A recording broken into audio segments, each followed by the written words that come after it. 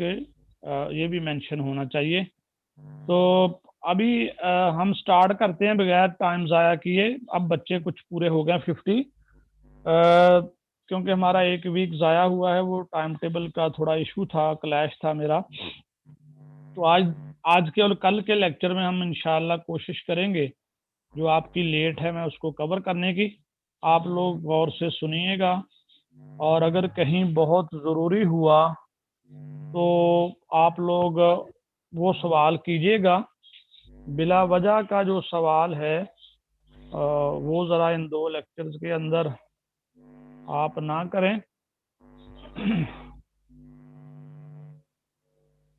ہمارا جو سب سے پہلے میں آپ لوگوں کو 2 کتابیں سینڈ کرتا ہوں، ان میں سے جو ایزیلی آپ لوگوں کو ملی وہ آپ نے خریدنی ہے۔ خریدنی آپ نے ایک ہی ہے۔ 2 سینڈ کرنے کا مطلب صرف یہ ہے کہ جو ان میں سے اگر ایک نہیں ملتی تو آپ وہ دوسری خرید سکتے ہیں۔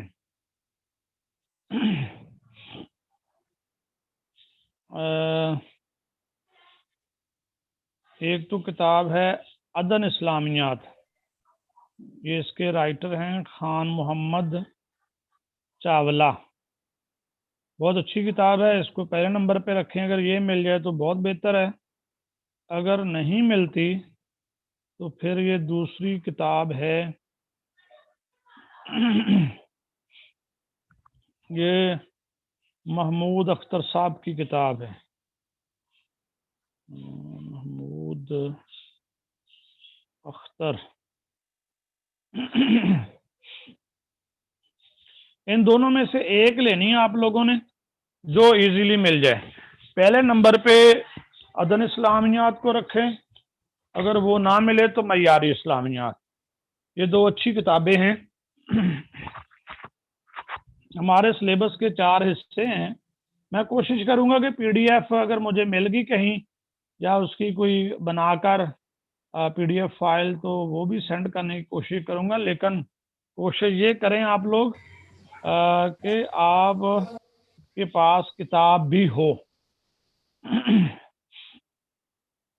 ہمارا ایک حصہ ہے سلیبس کے اندر قرآن مجید کا، دوسرا ہے احادیث مبارکہ کا، تیسرا ہے سیرت الرسول صلی اللہ علیہ وسلم سے، اور چوتھا حصہ ہے ہمارا تہذیب و تمدن کے حوالے سے۔ یہ آواز ٹھیک آ رہی ہے؟ یس سر، بالکل ٹھیک ہے۔ یس سر، صحیح آ رہی ہے۔ یس سر، ٹھیک آ رہی ہے۔ وہ کہیں کوئی بچے کا اپنا ایشو ہے جو میسیج کر رہے ہیں کہ آواز نہیں آ رہی، کم آ رہی ہے، ان کا اپنا نیٹ کا ایشو ہوگا۔ اگر میری طرف ایشو ہو تو پھر کسی کو بھی آواز نہ جائے۔ ہمارا سلیبس میں سب سے پہلا جو پورشن ہے، حصہ ہے، وہ قرآن مجید کا حصہ ہے۔ 2 لیکچر ہمارے جو ہیں وہ کوشش ہوگی ہماری کہ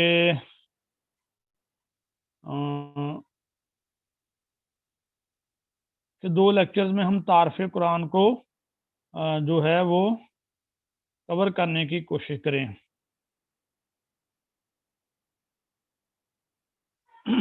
سب سے پہلے نمبر پہ یہ جو آخری آسمانی کتاب ہے، یہ لیکچر جو ہمارے 2 ہونے ہیں تعارف پہ، یہ آپ لوگوں نے نوٹ کرنے ہیں اس کے پوائنٹس مین، کیونکہ یہ جو کتابیں میں نے لکھوائی ہیں ان کے اندر یہ لیکچر نہیں ہوں گے۔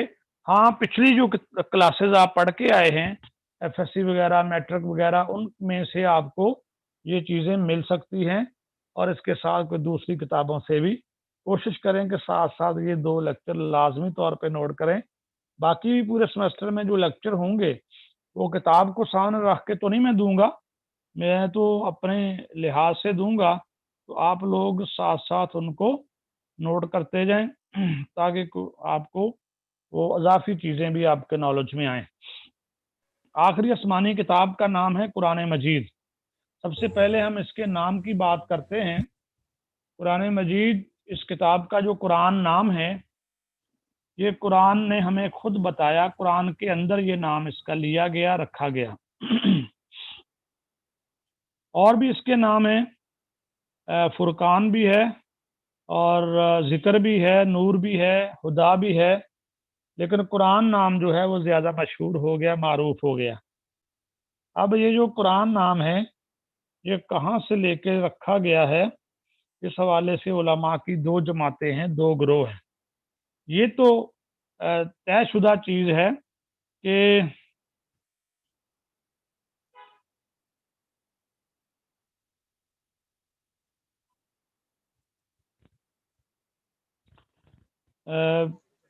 عربی زبان کا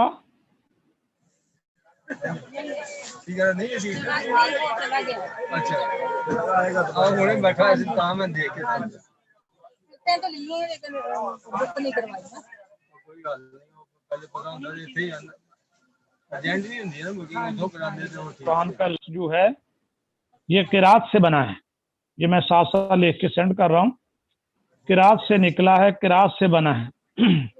قرات کا معنی ہے پڑھنا، اسی سے لفظ قاری ہے، پڑھنے والا، اور قرآن اس سے بنا ہے تو علماء کی اس جماعت نے قرآن کا ترجمہ کیا ہے، بہت زیادہ پڑھے جانے والی کتاب، بار بار پڑھی جانے والی کتاب، سب سے زیادہ پڑھی جانے والی کتاب۔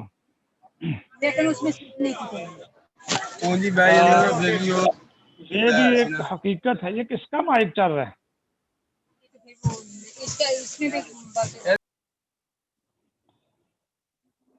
یہ ایک حقیقت ہے، یہ سچائی ہے کہ قرآن مجید جب سے نازل ہوا اس تب سے لے کے آج تک بلکہ قیامت تک سب سے زیادہ پڑھی جانے والی کتاب ہے۔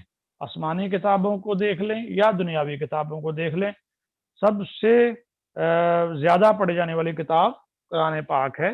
اس لیے یہ معنی جو علماء کی ایک جماعت نے کیا کہ قرات سے نکلا ہے، یہ بھی ٹھیک ثابت ہوتا ہے، قرآن پر صادق آتا ہے، قرآن پر نافذ ہوتا ہے، اپلائی ہوتا ہے۔ اس کے بعد علماء کا دوسرا گروہ جو ہے وہ کہتا ہے کہ قرآن کا جو نام ہے وہ قرات سے نہیں بنا، وہ کہتے ہیں قرنن سے بنا ہے، قرنن لکھ کے میں نے سینڈ کیا ہے، قرن سے بنا ہے۔ قرن کا معنی کیا ہے؟ قرن کا یہ بھی عربی زبان کا لفظ ہے۔ قرن کا معنی ہے دو چیزوں کا آپس میں ملی ہوئی ہونا، جڑی ہوئی ہونا، دو چیزوں کا آپس میں گہرا ربط اور تعلق ہونا۔ تو علماء کی یہ جماعت کہتی ہے کہ قرآن مجید پورے کا پورا جتنی بھی آیات ہیں قرآن پاک کی، الحمدللہ رب العالمین سے لے کر من الجنت والناس تک، پورے کا پورا قرآن جو ہے یہ آپس میں ملا ہوا ہے، جڑا ہوا ہے، آپس میں ہر آیت دوسری کے ساتھ اٹیچ ہے، اس کا گہرا تعلق ہے، ربط ہے۔ تو یہ معنی بھی بالکل صحیح سچ ثابت ہوتا ہے، قرآن کے اوپر پورا اترتا ہے۔ اب آگے یہ تو لفظی باتیں تھی، لغوی باتیں تھی۔ قرآن کا جو نام اس کتاب کا قرآن ہے اس کا لفظی معنی تھا۔ اب آگے اس آخری آسمانی کتاب کی اصطلاحی تعریف کیا ہوگی، ڈیفینیشن کیا ہے؟ یار آپ کو ڈیفینیشن جو ہے پتا کرنا، ٹینشن نہ لو، گھبرانا نہیں، دو نمبر وہ کیا ہے؟ آگے بیچ کو دکان چلا رہا بھی، جس کے پاس باتیں ہو رہی ہیں وہ اپنا مائک بند کر لے۔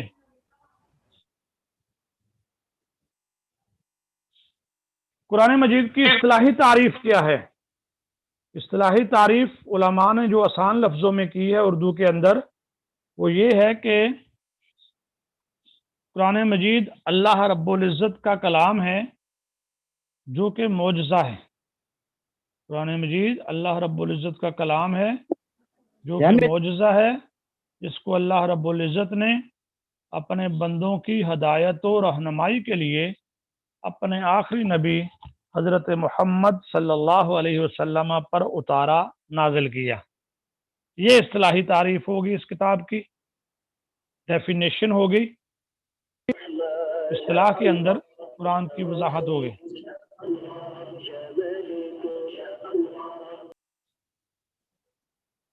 اب آگے ہم قرآن کے نزول کی طرف جاتے ہیں. انتہائی مختصر انداز میں ہم تعارف قرآن کریں گے 2 لیکچرز کے اندر.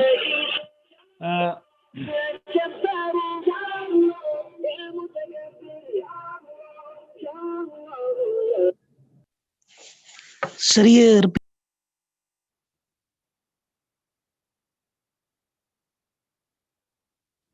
نزول قرآن کس طرح سے ہوا، کیسے ہوا، کہاں ہوا.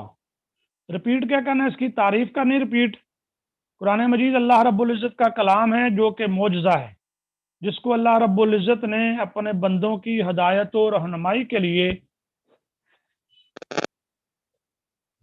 اپنے آخری نبی حضرت محمد صلی اللہ علیہ وسلم پر اتارا، نازل کیا. اب نزول قرآن کس طرح ہوا، کہاں ہوا، کب، کیسے شروع ہوا. نبی رحمت صلی اللہ علیہ وسلم اکثر مکہ سے نکل کر غار حرا میں جا کر اللہ کی عبادت کیا کرتے تھے، اللہ کو یاد کیا کرتے تھے، اللہ کو تلاش کیا کرتے تھے. تو یہ سلسلہ کافی سال جاری رہا. جب آپ صلی اللہ علیہ وسلم کی عمر مبارک 40 سال کی ہوئی تو آپ صلی اللہ علیہ وسلم حسب معمول، حسب روٹین کے مطابق آپ غار حرا میں اللہ کی عبادت میں مشغول تھے کہ اچانک کسی نے آپ کو کندھے سے پکڑا اور ہلایا، ہلا کر کہا اقرا، پڑھیے. غائب سے آواز آئی اقرا، پڑھیے. آپ نے فرمایا ما انا بقارئ، میں تو پڑھا لکھا نہیں ہوں.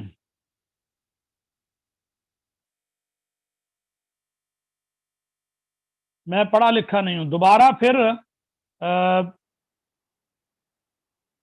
جو ہے آپ کو کندھے سے ہلایا گیا، پھر یہی لفظ کہا گیا اقرا، پڑھیے. آپ نے آگے سے وہی جواب دیا ما انا بقارئ، میں پڑھا لکھا نہیں ہوں. تیسری بار آپ کو اور بھی زیادہ زور سے ہلایا گیا اور ساتھ ہی کہا گیا اقرا بسم ربک الذی خلق، اقرا وربک الاکرم.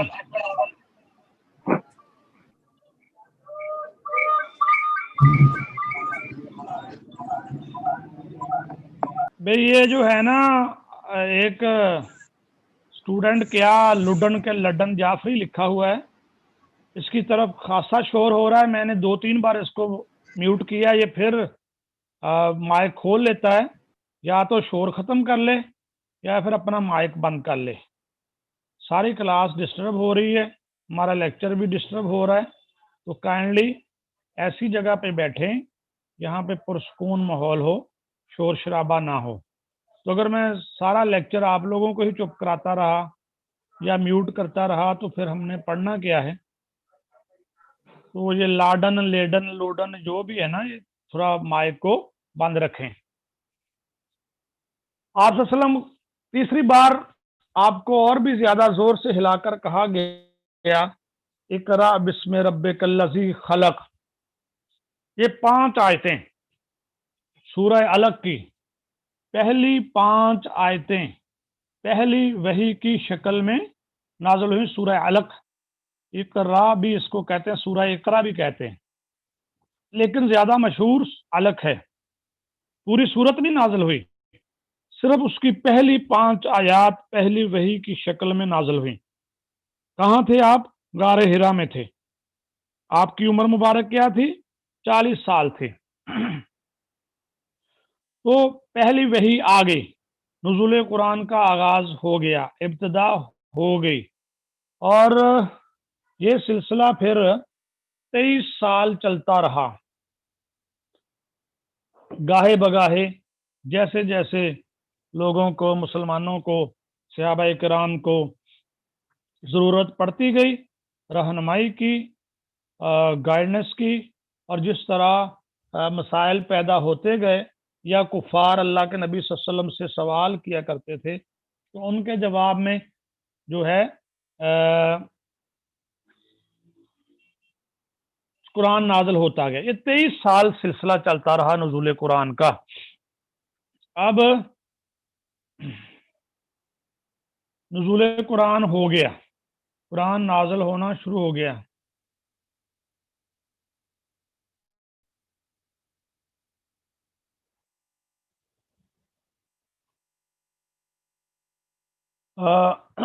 اس کے بعد پہلی وحی جب اتر آئی تو کچھ عرصہ وحی میں گیپ آیا، وقفہ ڈالا گیا، وحی کچھ دیر کے لیے بند ہو گئی. یہ جو وحی جتنا عرصہ بند رہی اس کو فترۃ الوحی، جی 22 سال 11 ماہ، لیکن اوورال علماء 23 سال کہہ دیتے ہیں. 23 سال کا لفظ اس پہ بولا جاتا ہے. فترۃ الوحی کہا جاتا ہے. پہلی وحی کے بعد جو گیپ آیا اس کو دوسری وحی تک آنے کا جو درمیانی ٹائم ہے، گیپ ہے، اس کو فترۃ الوحی کہا جاتا ہے. فترہ کا معنی ہوتا ہے کہ چیز کا رک جانا، بند ہو جانا. تو وحی بند ہوئی، یہ گیپ جان بوجھ کے ڈالا گیا اللہ کی طرف سے. کتنا گیپ تھا؟ کوئی 3 سال کہتا ہے، سال کہتا ہے، 6 ماہ کہتا ہے، 3 ماہ بھی کہتے ہیں. تو یہ جو گیپ ڈالا گیا اس کو فترۃ الوحی کہا جاتا ہے، وحی کا بند ہو جانا. لیکن یہ یاد رہے کہ یہ صرف پہلی وحی اور دوسری وحی کے درمیانی ٹائم کو کہتے ہیں، گیپ کو کہتے ہیں. اس کے بعد کسی بھی وحی کے درمیان جتنا بھی گیپ آیا اس کے لیے یہ لفظ استعمال نہیں ہوتا. اب قرآن مجید کے حوالے سے عام سی معمولی سی باتیں جو ہر بندہ، ہر بچہ جانتا ہے کہ قرآن مجید میں 30 پارے ہیں اور 540 یا 558 رکوع ہیں اور 7 منزلیں ہیں، 14 سجدے ہیں. اور اسی طرح سے قرآن مجید میں سورتیں 114 ہیں. سورتوں کی جو تقسیم کی گئی ہے، 7 منزلیں، مکی صورتیں اور مدنی صورتیں. مکی صورتیں جو ہیں وہ 86 ہیں، 86 ہیں، 86. اور جو مدنی صورتیں ہیں ان کی تعداد 28 ہے، 28 ہے. اب مکی اور مدنی صورتوں کی ترتیب کیا ہے، تعریف کیا ہے؟ تعریف عام طور پہ جو تعریف کی جاتی ہے وہ ہے کہ جو مکہ میں نازل ہوئی وہ مکی، جو مدینہ میں نازل ہوئی وہ مدنی. یہ تعریف مکمل نہیں ہے، نامکمل ہے. اصل پوری مکمل پرفیکٹ تعریف یہ ہے کہ جو قرآن، جو صورتیں ہجرت مدینہ سے قبل نازل ہوئیں وہ مکی ہیں، جو ہجرت مدینہ کے بعد نازل ہوئیں صورتیں وہ مدنی ہیں. یہ تعریف صحیح تعریف ہے. اسی طرح سے پھر یہ تعریف ہوگی. مکی مدنی صورتوں کی کچھ خصوصیات ہیں. کچھ رکوع جو ہیں قرآن مجید کے وہ ایک قول کے مطابق 540 ہیں اور ایک کے مطابق 558 ہیں. مکی اور مدنی صورتوں کی کچھ خصوصیات ہیں. کچھ ایسی پہچان کے لیے علماء نے باتوں کا تعین کیا ہے.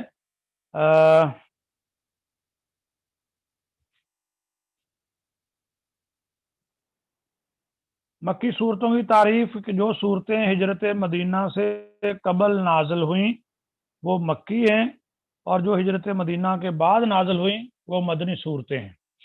مکی صورتوں کی پہلی خصوصیت یہ ہے کہ مکی صورتیں مختصر زیادہ ہوتی ہیں، چھوٹی چھوٹی ہوتی ہیں. یہ جتنی بھی تعریفیں ہم خصوصیات کریں گے یہ زیادہ تر ایسا ہوا ہے. کہیں کہیں قرآن میں اس کے خلاف بھی آپ کو کوئی چیز مل جاتی ہے لیکن وہ بہت کم ہوا ہوگا.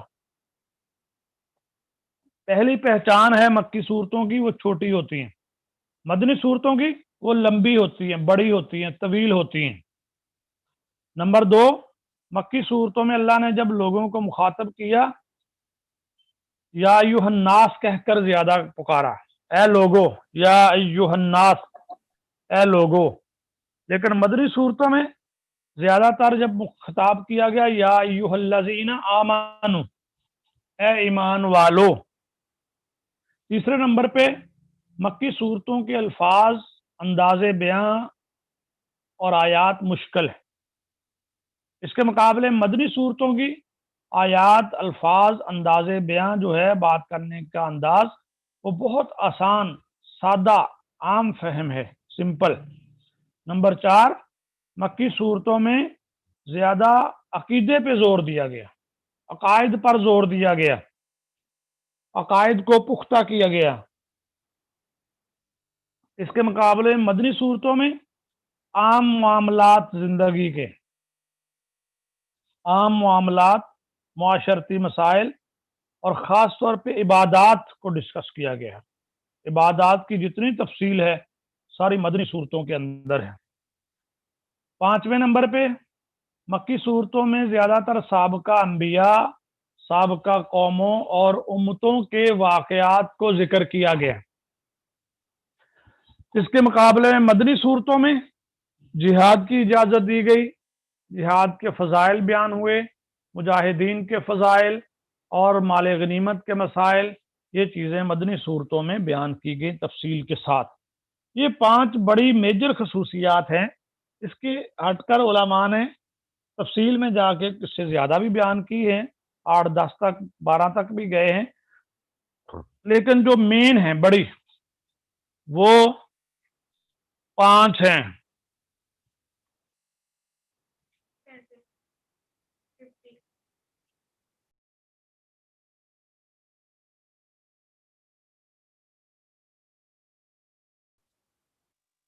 تو اب یہ تھی مکی اور مدنی صورتوں کی خصوصیات.